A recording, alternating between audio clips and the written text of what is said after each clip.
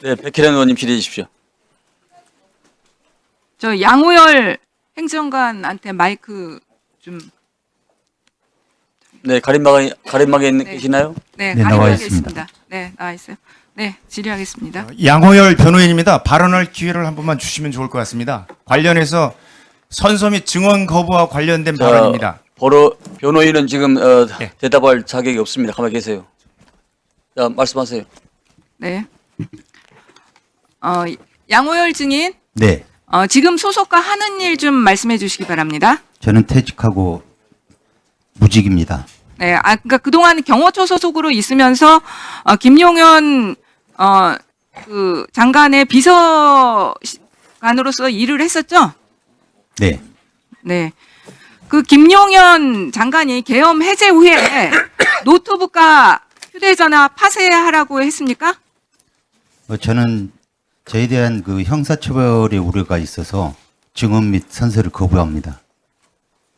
증인님, 이거 다 이미 나온 사실이에요. 사실 지금 얘기한다고 해서 증인에게 불리할 것은 없습니다. 오히려 여기에서 증언을 거부하는 것이 더 본인에게 불리한 겁니다. 다시 한번 묻겠습니다. 김용현 장관이 노트북과 휴대전화 파쇄하라고 했습니까? 증언을 거부합니다.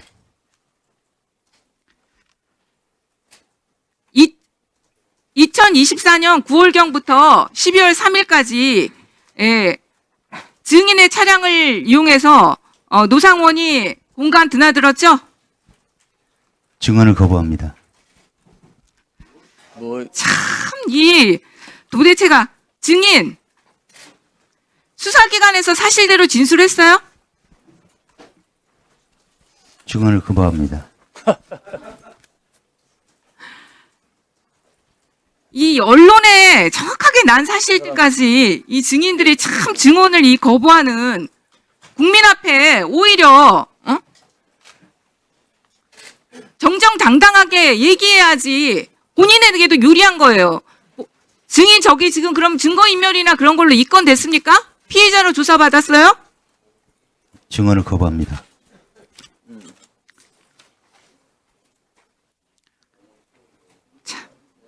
일단 알겠습니다. 시간 끊어주세요.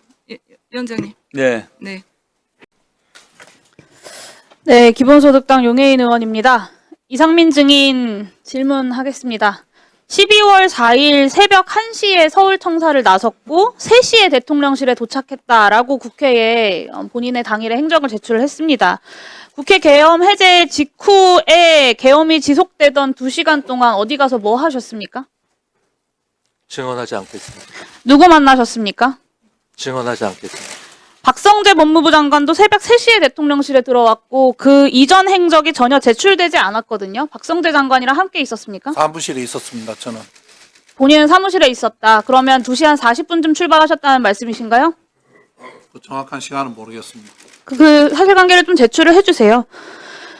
아무리 휴대전화를 교체하고 비화폰을 쓰고 동선을 다 숨겨도 추가 수사하면 다 꼴이 밟힐 거고요. 오늘 이상민 전 장관이 증언을 하지 않기로 작정을 하고 나오셨나 본데, 증인의 증언 거부의 사유를 좀 합리적으로 추론을 해보면 진실을 말하면 내란 주요 임무 종사자가 될 것 같고 거짓을 말하면 위증일 것 같아서 거부하는 거다라고 볼 수밖에 없습니다. 형소법 제148조가 유죄 판결을 받을 사실이 드러날 염려가 있는 증언을 거부할 수 있다라고 하고 있어요. 결국에는 오늘의 이 증언 거부 자체가 이상민 증인의 죄를 인정하는 것이고요. 이 죄를 감하는 유일한 방법은 국민들께 진심으로 사과하고 그날의 진실을 역사 앞에 그리고 국민들 앞에 소상하게 밝히는 것입니다.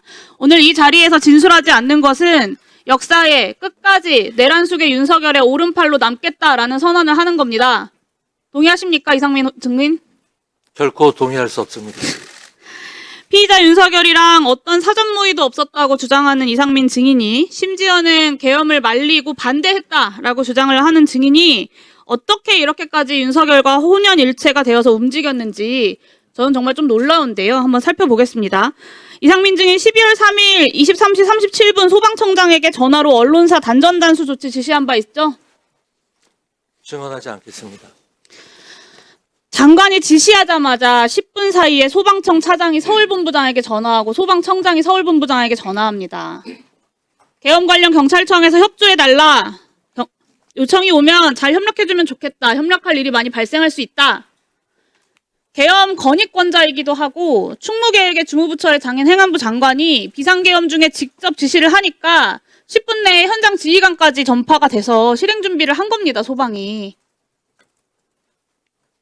10분 뒤에 소방청장이 똑같은 내용으로 경기본부장에게도 전화합니다. 언론사뿐만 아니라 성간이 단전단수 사전 계획한 바 있습니까, 증인?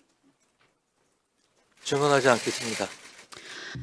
어디까지 실행된 건지 추가 확인되어야겠지만 이상민 장관이 오늘 증언을 거부하고 있지만 소방청장과 소방공무원들의 증언도 그렇고 그날의 행적도 그렇고 아주 구체적이고 직접적인 지시들이 있었습니다. 저는 소방청장에게 내렸던 이 지시만 해도 이상민 증인은 이미 내란 중요 임무 종사자라고 확정해야 된다라고 보고요. 계엄 문건을 받은 최상목, 조태열 장관처럼 피의자 윤석열이 콕 집어 불러 모았던 8시 멤버 또한 개별적인 계엄 지시를 받았을 가능성을 배제할 수 없게 되었다라고 봅니다. 수사당국에서 철저하게 보안 수사해야 된다고 봅니다. 다음 23시 30분 윤석열이 조지호 청장에게 수차례 전화해서 국회 들어가려는 국회의원들 다 체포해, 잡아들여, 불법이야, 포고령 위반이야, 체포해라고 지시 압박합니다. 그때 이상민 증인 뭐 했는지 기억하시나요? 증언하지 않겠습니다. 23시 26분 서울청사 도착하자마자 23시 34분에 윤석열이 조지호에게 전화한 지 정확히 4분 후에 조지호 청장에게 전화했습니다. 맞습니까? 증언하지 않겠습니다. 뭐라고 했습니까? 국회 진압 중에 지원할 거 없냐라고 물어보거나 포고령 위반이다. 자신 있게 국회의원들 끌어내려라 라고 지시한 바 있습니까? 증언하지 않겠습니다. 증언하지 않지만 그날의 행적은 이미 다 드러나 있습니다. 3분 뒤인 23시 37분에 소방에게 전화해서 경찰 단전단수 지원하라고 지시합니다. 이게 윤석열이 경찰을 압박한 지 10분도 안 돼서 다 벌어진 일들이에요. 0시 30분에 윤석열이 이진우 수방사령관에게 전화해서 아직도 못 들어갔어? 본회의장 들어가서 4명이 1명씩 들쳐업고 나오라고 해! 라고 압박합니다. 이때 증인은 긴급 간부회의 그리고 경찰은 지휘부 회의를 갖습니다. 그 직후인 0시 39분에 경찰이 행정안전부에 재난안전통신망 이동기지국 설치를 요청합니다. 이 이동기지국이 출동한 곳이 딱 3곳이에요. 국회의사당, 그리고 국회의장 공간이 위치한 한남동 공관촌, 그리고 대통령실 인근입니다. 이 공간이 어떤 곳이냐면요. 계엄 당시에 수방사 군 병력이 배치됐던 곳과 정확히 일치합니다. 0시 56분에 수방사가 서울시에 군경합동상황실 개소를 문의했다는 것은 이미 알려진 사실이고요. 재난안전통신망은 여기 계신 많은 사람들이 알고 있는 것처럼 수방사, 경찰, 그리고 소방, 서울시, 행안부가 함께 통신할 수 있도록 되어 있습니다. 단전다수뿐만 아니라 통신까지 끊으려고 한 건 아닌지 정황상 의심할 수밖에 없습니다.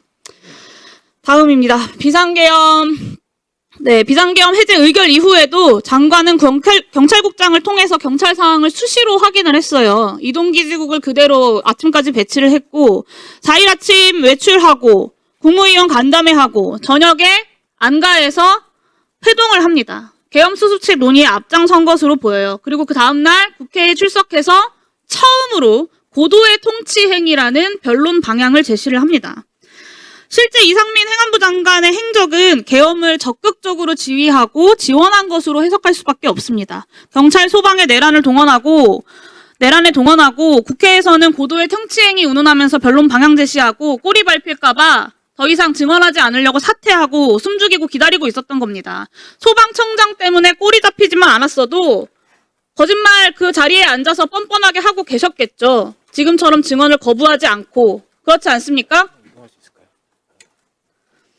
이상민 증인이야말로 재범 우려 그리고 증거인멸 우려가 크고요. 그리고 혐의 또한 내란 중요임무 수행으로 중합니다. 다른 이미 중요임무 종사자들이 다 구속되어 있는 형평성을 고려할 때 수사기관에서는 이상민 증인을 즉각 구속 수사해야 한다라고 판단합니다. 이상민 증인 동의하십니까? 증언하지 않겠습니다. 네, 오늘의 이상민 장관의 이 비겁한 역사 죄인의 모습을 국민들은 똑똑히 기억할 것입니다. 그리고 역사가 반드시 네, 이상민 장관님. 네. 이상민 장관 입장에서 역지사지로 이해하는 측면도 있습니다만은 누구나가 형사소출을 당하거나 또 유죄 판결이 사실이 드러날 경우에는 증언을 거부할 수도 있습니다.